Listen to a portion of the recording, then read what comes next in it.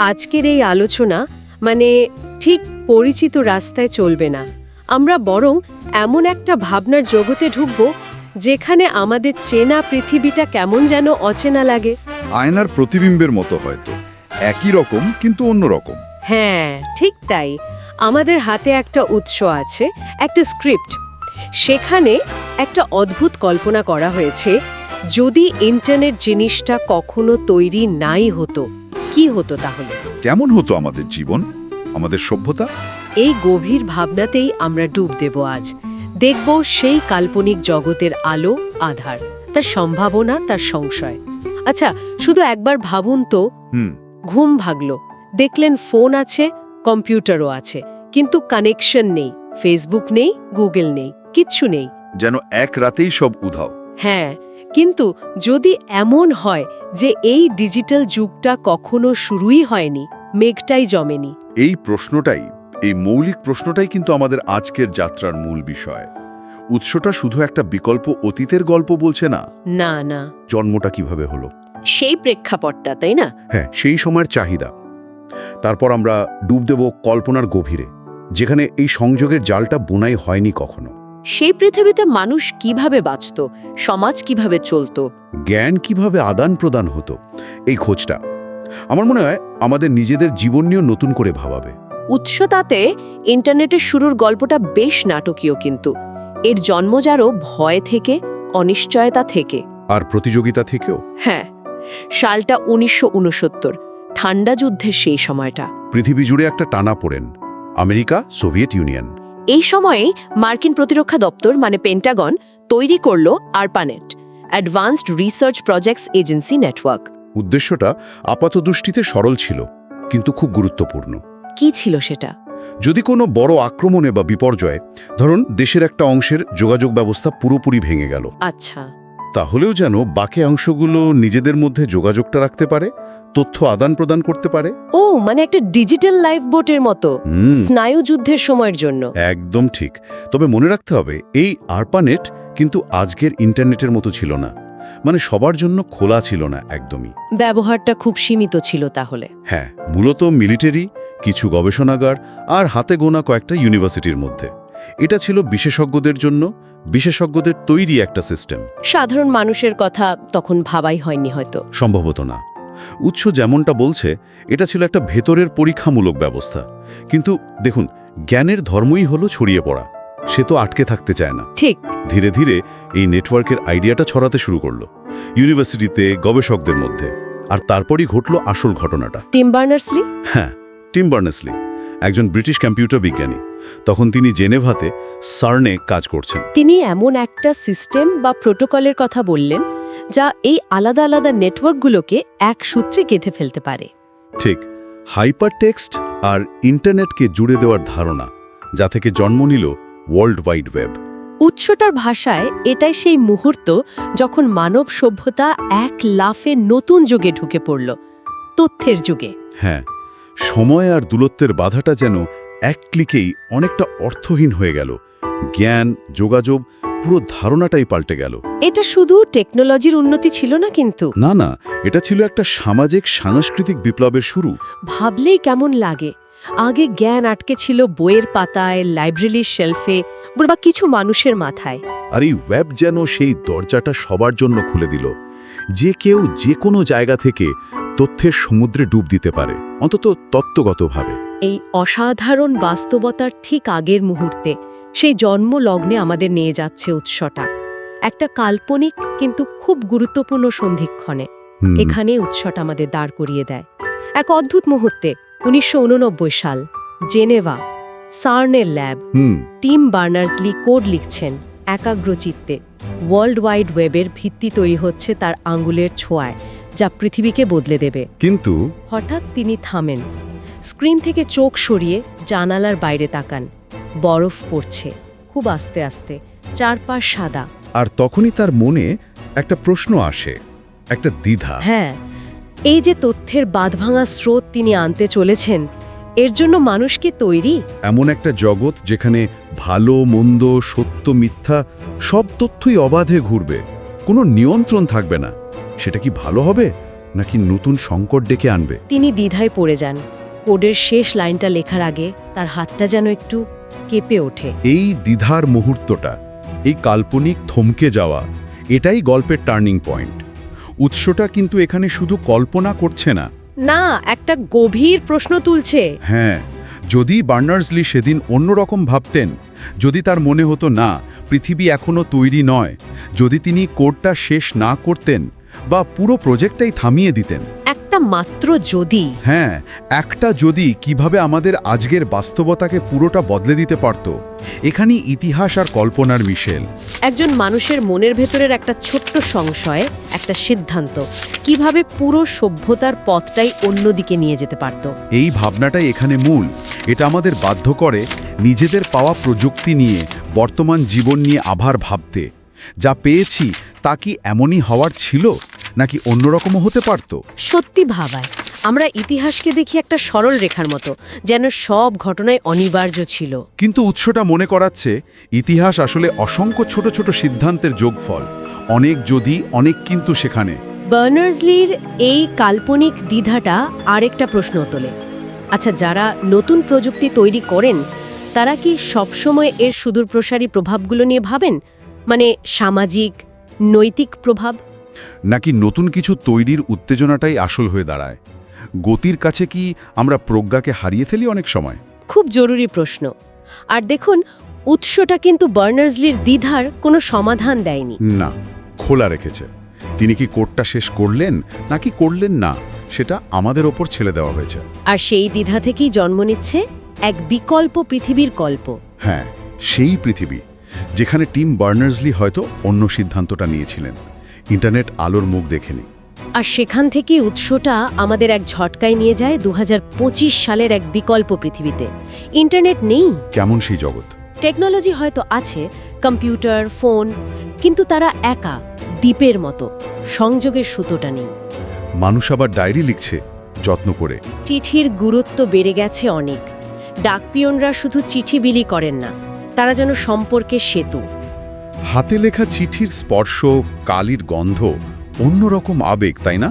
উৎসটা বলছে চট্টগ্রামের এক মেয়ে লন্ডনে তার ভাইকে চিঠি লিখেছে, ঈদের শুভেচ্ছা। সেই চিঠি পৌঁছাতে হয়তো 1 মাস লাগবে বা তারও বেশি। ভাই উত্তর লিখবে, আবার অপেক্ষা। ভালোবাসা আছে, আকুলতা আছে, অপেক্ষাও আছে। কিন্তু তাৎক্ষণিকতা নেই, সেকেন্ডে উত্তর পাওয়ার ব্যাপারটা নেই। পৃথিবীটা শান্ত, কোলাহল কম, জীবনের গতি অনেক ধীর। কিন্তু উৎসটা বারবার বলছে কিছু একটা যেন নেই, একটা শূন্যতা। চারপাশ শান্ত, কিন্তু কোথাও যেন জরুরি কিছুর অভাব। রেডিও আবার খুব জনপ্রিয়, খবরের জন্য, গানের জন্য। মানুষ লাইব্রেরিতে যাচ্ছে, বই পড়ছে। উৎসটি এই সংযোগহীনতার প্রভাবগুলো খুব ভালোভাবে দেখিয়েছে, শুধু ব্যক্তিগত যোগাযোগে নয়। জ্ঞানচর্চা, অর্থনীতি, সবেতে। হ্যাঁ, যেমন ধরুন জ্ঞানচর্চার ক্ষেত্রে কি হচ্ছে, একজন প্রফেসর হয়তো দারুণ কোনো তত্ত্ব আবিষ্কার করলেন, কিন্তু সেটা ছড়াবেন কি করে সহজে? ব্লগ নেই, অনলাইন জার্নাল নেই, ভিডিও লেকচার নেই। জ্ঞান আটকে থাকছে বইয়ের পাতায়, কিছু বিশেষ জার্নালে, মানুষের মাথায়, হাতে লেখা নোটবুকে। কনফারেন্স বা সেমিনারই হয়তো জ্ঞান বিনিময়ের মূল জায়গা। হ্যাঁ, কিন্তু সেটার আয়োজন করাও তো সহজ নয়। সময় সাপেক্ষ, খরচ সাপেক্ষ। ফলে কি হচ্ছে, নতুন আইডিয়া, নতুন চিন্তা ছড়াচ্ছে খুব ধীরে। জ্ঞানে একটা স্থবিরতা। ব্যবসার জগতেও তো একই অবস্থা, তাই না? উৎস বলছে ব্যবসা হয়ে গেছে খুব বেশি লোকাল। হাইপার লোকাল যাকে বলে। ধরুন ঢাকার কোনো বিখ্যাত মিষ্টির দোকান, সে হয়তো শুধু ধানমন্ডি বা গুলশানেই পরিচিত। শহরের অন্য প্রান্তে বা অন্য শহরে তার পরিচিতি ছড়াচ্ছে না সহজে, কারণ অনলাইন বিজ্ঞাপন নেই, ওয়েবসাইট নেই, ফেসবুক পেজ নেই, সারা দেশে বা বিশ্বে জিনিস পাঠানোর সহজ উপায় নেই। E commerce, global market place, এই শব্দগুলোই হয়তো সেখানে নেই। অর্থনীতি তাই অনেক বেশি আঞ্চলিক, খণ্ডিত। এক অঞ্চলের মানুষ অন্য অঞ্চলের সুযোগ বা পণ্যের খবর পাচ্ছে না। বাইরের পৃথিবীর খবর জানার উপায়ও কম। রেডিও, টিভি আর কিছু পত্রিকা। খবরের বৈচিত্র্য কম, গভীরতাও হয়তো কম। ঠিক তাই। আর এর একটা সামাজিক দিকও আছে। মানুষ হয়তো মুখোমুখি কথা বলছে বেশি, চায়ের দোকানে আড্ডা হচ্ছে, পাড়া লাইব্রেরিগুলো চলছে। সামাজিকতা হয়তো একটু অন্যরকম, বেশি ব্যক্তিগত, শারীরিক উপস্থিতিটাই আসল। কিন্তু একই সাথে পৃথিবীটা যেন অনেক ছোট হয়ে গেছে। নিজের ছেনাগণ্ডির বাইরে কি হচ্ছে, অন্য দেশের মানুষ কেমন, এসব জানা কঠিন। তথ্যের প্রবাহ কম থাকলে ভুল ধারণা বা কুসংস্কার ভাঙাও কঠিন। অবশ্যই। তবে এর মধ্যেই উৎসটা একটা মজার জিনিস দেখাচ্ছে। এই সংযোগহীনতার মধ্যেও মানুষের ভেতরের সংযোগের যে ইচ্ছেটা, সেটা মরেনি। একদম, সেটা অন্য পথ খুঁজছে। হ্যাঁ, এটাই হয়তো ওই বিকল্প পৃথিবীর আসার জায়গা। উৎসটিতে রাজশাহীর এক তরুণ বিজ্ঞানীর কথা আছে। সে আকাশের দিকে তাকিয়ে ভাবে, যদি এমন কোনো জাদুকরী উপায় বের করা যেত যা দিয়ে দূরের মানুষের সাথে কথা বলা যায় মুহূর্তে, অদৃশ্য কোনো তরঙ্গ দিয়ে। তার মানে মানুষের উদ্ভাবনী শক্তি মরেনি, শুধু তথ্যের আদান প্রদান কম বলে গতিটা খুব ধীর। নতুন আইডিয়া আসছে কিন্তু ছড়াচ্ছে না। উৎসটা একটা সুন্দর উপমা দিয়েছে। নদীর উপমাটা। হ্যাঁ, খরস্রোতা নদী যদি প্রবাহ হারিয়ে ফেলে, যেমন কাদা জমে জল ঘোলা হয়, তেমনি তথ্যের প্রবাহ বন্ধ হওয়ায় এই বিকল্প পৃথিবীটাও যেন থমকে গেছে। উদ্ভাবন কমছে, অগ্রগতি শ্লোথ। কিন্তু মানুষের ওই ভেতরের ইচ্ছেটা একে অপরের সাথে জুড়ে থাকার, জানার, জানানোর, সেটা অদম্য। উৎসটির ভাষায় ভৌত ইন্টারনেট না থাকলেও চিন্তা বা কল্পনার একটা নেটওয়ার্ক যেন সব সময়ই আছে, মস্তিষ্ক থেকে মস্তিষ্কে। মানব সভ্যতা হয়তো অন্য পথে, ধীর গতিতে, কিন্তু ঠিকই নতুন সংযোগের উপায় খুঁজছে। সেটা হয়তো উন্নত রেডিও টেকনোলজি হবে বা অন্য কিছু যা আমরা ভাবতেও পারছি না। এই খোঁজ, এই তৃষ্ণা, এটাই হয়তো মানুষকে এগিয়ে নিয়ে যায়। গলার স্বর আবার শান্ত, চিন্তাশীল। এবার তাহলে ফেরা যাক আমাদের চেনা পৃথিবীতে, এই সংযোগের মহাসাগরে। আমাদের ইন্টারনেটের যুগে। এক ক্লিকেই বন্ধুর মুখ দেখি ভিডিও কলে, খবর পাই বিশ্বের, কেনাকাটা করি, শিখি, ব্যবসা করি। জীবন কত সহজ, দ্রুত, সুবিধাজনক। কিন্তু উৎসটি যে ছবিটা আঁকলো তা আমাদের বর্তমানকে একটা বড় প্রশ্নের সামনে দাঁড় করায়। এই যে বিপুল সংযোগ আমরা পেয়েছি, এটা কি আমাদের সত্যি মুক্ত করেছে, নাকি আরও শক্ত করে বেঁধে ফেলেছে? উৎসটা কিন্তু সরাসরি উত্তর দেয় না, বরং দুটো দিকই দেখায়। দেখুন, আমরা আগের চেয়ে অনেক বেশি মানুষের সাথে জুড়ে আছি, সোশ্যাল নেটওয়ার্কে হাজার হাজার বন্ধু। কিন্তু এই সংযোগের গভীরতা কতটুকু? আমরা কথা বলছি, টেক্সট করছি, কমেন্ট করছি, কিন্তু সেটা স্ক্রিনে, চোখে চোখ রেখে নয়। বন্ধুত্ব আছে, কিন্তু তার সাথে একটা দূরত্বও কি তৈরি হয়নি? আমরা সবসময় তথ্যের বন্যায় ভাসছি, সবসময় আপডেট। কিন্তু এই তথ্যের স্রোতে আমাদের অনুভূতিগুলো কি কিছুটা ভোঁতা হয়ে যাচ্ছে? কোনো কিছু নিয়ে গভীরভাবে ভাবার, একা থাকার অবকাশ কি কমছে? দ্রুত প্রতিক্রিয়া, লাইক, কমেন্ট, এটাই কি সব হয়ে উঠছে? একদম। প্রত্যেক প্রযুক্তিরই তো একটা দেনা পাওনা থাকে। উৎসটা যেন সেটাই বলছে। ইন্টারনেট আমাদের সংযোগ দিয়েছে, জ্ঞান দিয়েছে, তথ্যের স্বাধীনতা দিয়েছে। কিন্তু বিনিময়ে কি নিয়েছে? নিয়েছে আমাদের মনোযোগ, দীর্ঘ সময় ধরে এক বিষয়ে মন দেওয়ার ক্ষমতা। নিয়েছে নির্ভেজাল একা থাকার নিজস্ব উপায়গুলো। আগে একা থাকলে মানুষ হয়তো বই পড়ত, জানালার বাইরে তাকিয়ে থাকত, নিজের সাথে কথা বলতো। এখন একা থাকা মানেই কি কোনো না কোনো স্ক্রিনের দিকে তাকিয়ে থাকা নয়? এই ডিজিটাল কোলাহল কি আমাদের ভেতরের শান্তিটা কেড়ে নিচ্ছে? উৎসটা আমাদের এই বাস্তবতার সামনেই এনে ফেলে। ওই কাল্পনিক জগৎটা আসলে আমাদের নিজেদেরই আয়না। এটা ভাবতে বাধ্য করে, যদি সত্যি কোনো কারণে একদিন ইন্টারনেট চলে যায়, আমরা কি পারবো সেই আগের ধীর গতির পৃথিবীতে মানিয়ে নিতে? সেই পৃথিবীতে যেখানে চিঠির উত্তরের জন্য মাসখানেক অপেক্ষা করতে হতো, পাশের বাড়ির খবর নিতে দরজায় যেতে হতো, জ্ঞান পেতে লাইব্রেরিতে ঘন্টার পর ঘন্টা কাটাতে হতো, যেখানে মানুষ হয়তো একে অপরকে আরেকটু বেশি সময় দিত, গভীরভাবে চিনত, মনোযোগ দিয়ে শুনত। নাকি আমরা এতটাই এই জালে জড়িয়ে গেছি যে এটা ছাড়া জীবন ভাবাই যায় না? এই প্রশ্নগুলোই থেকে যায়।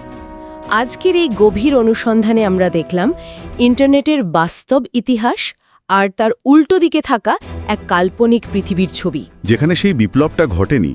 এই দুটোর তুলনা যা উৎসটা খুব সুন্দরভাবে প্রায় সিনেমার মতো করে দেখিয়েছে। মূল কথাটা আমার মনে হয়েছে, ইতিহাস শুধু ঘটে যাওয়া ঘটনা নয়, বরং এটা প্রতিনিয়ত তৈরি হচ্ছে আমাদের সিদ্ধান্ত দিয়ে। টিম বার্নার্স-লির সেই কাল্পনিক দ্বিধাটা আসলে আমাদের প্রতিদিনের প্রযুক্তি ব্যবহারের সিদ্ধান্তের মতোই।